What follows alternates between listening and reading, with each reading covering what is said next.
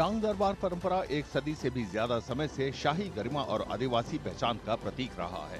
कभी ये भील राजाओं के लिए ब्रिटिश शासन से राजनीतिक पेंशन प्राप्त करने का दरबार था, लेकिन आज ये गुजरात के डांग जिले में भव्य सांस्कृतिक उत्सव के रूप में मनाया जाता है।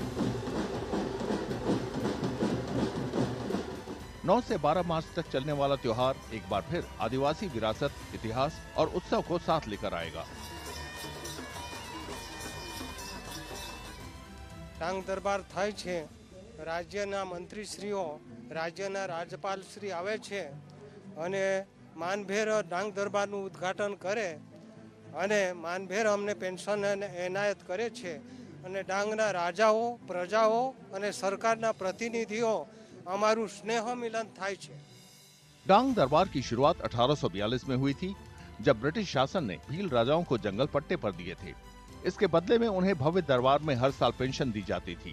समय के साथ परंपरा बदली और अब ये जीवंत महोत्सव बन चुका है, जहां आदिवासी नेताओं का सम्मान किया जाता है, जन सुनवाई होती है और समुदाय एकजुट होते हैं। 4 દિવસનું કાર્યક્રમનું આયોજન કર્યું છે। આ વખતે આપણે અમુક નયા અને નવતર પ્રયોગો પણ કર્યા છે, જેમ કે આની અંદર 40 થી વધારે કૃતિઓ ગુજરાત અને દેશભરમાંથી પ્રદર્શન કરશે। આની સાથે સાથે આપણે 900 થી વધારે સ્ટોલ भी गोठव्या है। डांग दरबार का जो महत्व है वो आदिवासी के लिए बहुत महत्व है, क्योंकि पहला यहाँ राजाओं राज करते थे, हमारे आदिवासी राजा, और दूसरे जगह पे राजाओं था, लेकिन वो राजा अलग था। यहाँ का राजा है वो आदिवासी राजा है।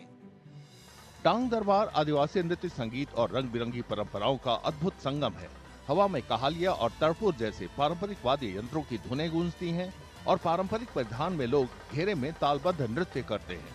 स्थानीय हाट बाजारों से लेकर होली उत्सव तक ये महोत्सव आगंतुकों को डांग की समृद्ध आदिवासी संस्कृति का अनोखा अनुभव देता है।